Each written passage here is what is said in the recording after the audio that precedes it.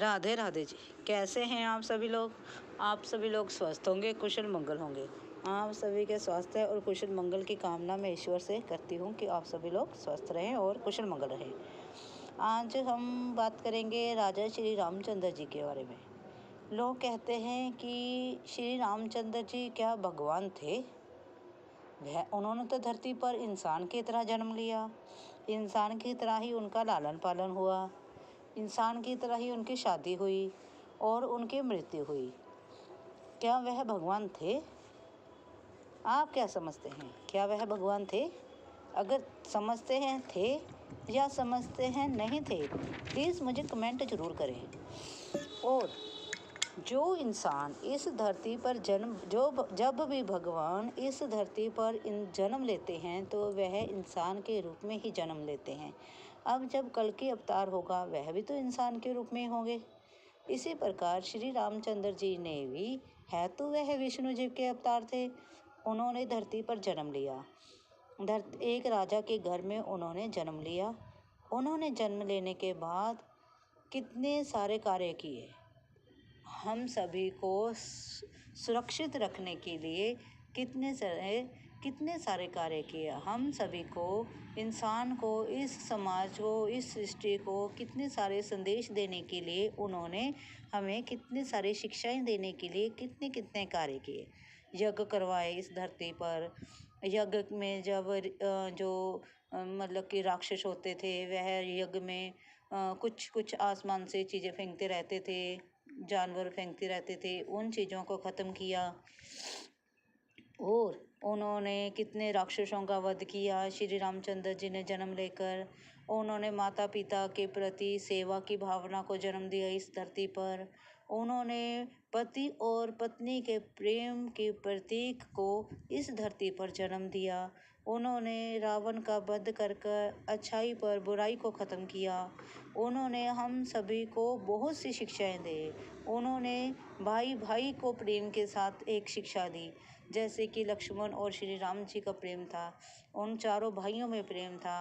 राजा रामचंद्र जी में, लक्ष्मण जी में, भरत जी में, शत्रुघ्न जी में, इन सभी में कितना प्रेम था, इस चीज़ को हमें दर्शाया। उन्होंने पुत्र प्रेम और पिता का प्रेम दर्शाया। उन्होंने इस समाज को शिक्षा दी कि एक बेटे को माता पिता की किस प्रकार से सेवा करनी चाहिए।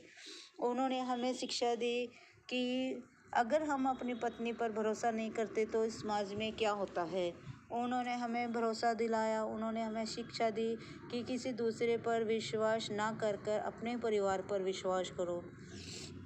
इसी प्रकार से उन्होंने हमें कई प्रकार की शिक्षाएं दी। हमें इन शिक्षाओं से हमें बहुत कुछ सीखना चाहिए। हमें इन शिक्षाओं से बहुत से ज्ञान प्राप्त होते हैं। इस सृष्टि की एक इस प्रकार से रचना करने की कोशिश की कि इस सृष्टि में किसी प्रकार की बुराई ना हो।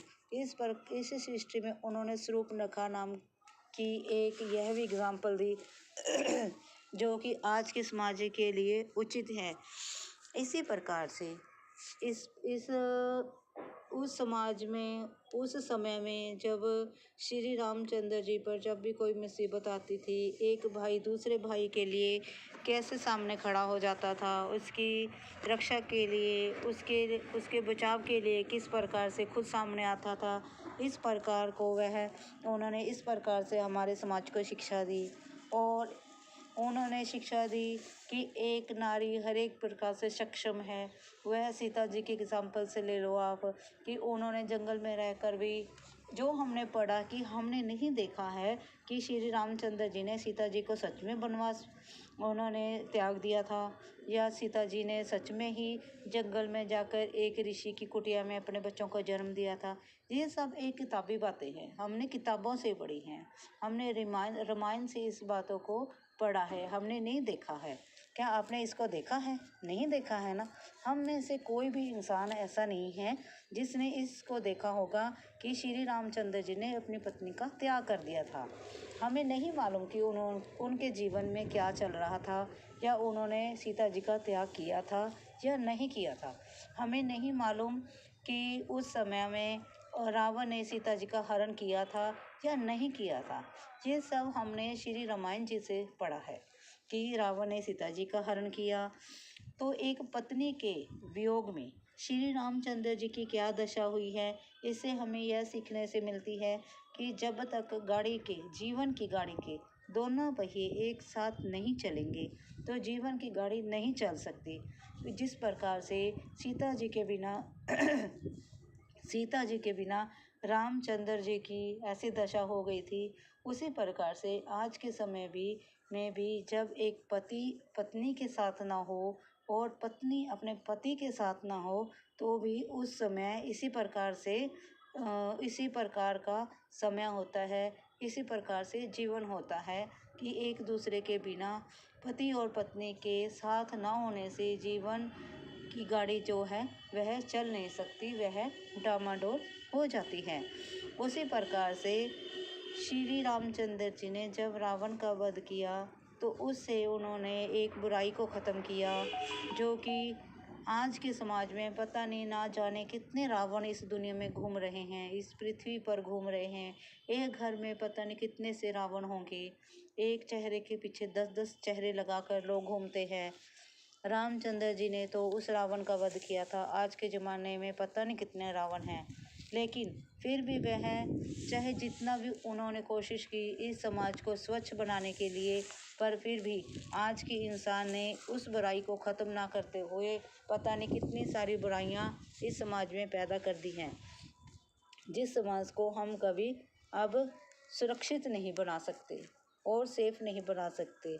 इस समाज को स्वच्छ और सुरक्षित बनाने के लिए हमें खुद कदम उठाना होगा, खुद आगे बढ़ना होगा और खुद ही इस सिचुएशन को, इस परिस्थितियों को डटकर मुकाबला करते हुए हमें बहुत सी परेशानियों का डटकर मुकाबला करना होगा और अपने लिए, दूसरों के लिए खुद सामने आकर लड़ने के लिए खड़े होना होगा, ताकि हम अपनी सूझबूझ के साथ, अपनी समझदारी के साथ इन परिस्थितियों का डटकर मुकाबला करें और उनसे, अपनी परेशानियों से अपने आप को बचाते हुए हमें बल्कि दूसरों को भी बचाना होगा। इस समाज में ना जाने कितने रावण हैं जो कि आज की छोटी छोटी बच्चियों को, जो कि आज की मासूम बच्चियों को रोंदते जा रहे हैं। हमें उन सबको इन समाज से मिटाने के लिए हमें अपने ही बच्चों को इतना सक्षम बनाना होगा कि उनको कोई कुछ कह ना सके, उनसे कोई गलत कार्य ना करवा सके। इसलिए हमें सबको आगे बढ़ते हुए इस समाज की रक्षा करने के साथ साथ अपने परिवार को भी इन बुराइयों से लड़ने के लिए तैयार करना होगा। और हम कहते हैं कि लोग कहते हैं या हम कहते हैं, हम भी लोगों में ही आते हैं, हम कहते हैं कि श्री रामचंद्र जी भगवान नहीं थे। क्या वह भगवान नहीं थे? इन सभी चीज़ों को नज़र में रखते हुए हम यही कहेंगे कि वह भगवान थे, क्योंकि आज के समाज में जब हमारे लिए कोई अच्छा कार्य करता है तब हम कहते हैं कि वह इंसान हमारे लिए भगवान का रूप था, जिसने हमारे जीवन में ऐसे अच्छा काम किया, हमारे जीवन में हमारी परेशानियों से हमें निकालने में हमारी मदद की। तो उन्होंने तो पूरे समाज के लिए कदम उठाए थे, उन्होंने तो पूरे समाज के लिए लड़ने की कोशिश की थी। रावण का वध किया, शूर्पणखा का वध किया, अन्य कई परिस्थितियों को उन्होंने हैंडल किया। जैसे कि आपने देखा होगा, उन्होंने शबरी के झूठे बेर खाकर हमें यह शिक्षा दी कि कुछ नहीं झूठा और कुछ नहीं होता बुराई में, सच्चा होता है प्रेम, सच्चा होता है अच्छाई, सच्चा होता है वह प्रेम जो हम एक दूसरे के साथ करते हैं, जो कि सच्चाई के साथ खड़ा है, उससे प्रेम करो और समाज में अच्छे अच्छे कार्य करो, जिस अच्छे कार्य के साथ हम अपने और अपने आसपास के सभी लोगों के साथ सहयोग कर हम उनको आगे बढ़ने की शिक्षा दें और सभी परिस्थितियों का, सभी बुराइयों का डटकर मुकाबला करें। अगर आपको यह मेरी वीडियो अच्छी लगी हो या आपको लगा हो कि इसमें कुछ अच्छा है तो प्लीज़ कमेंट ज़रूर करें, अगर लाइक और सब्सक्राइब भी ज़रूर करें। Thank you ji.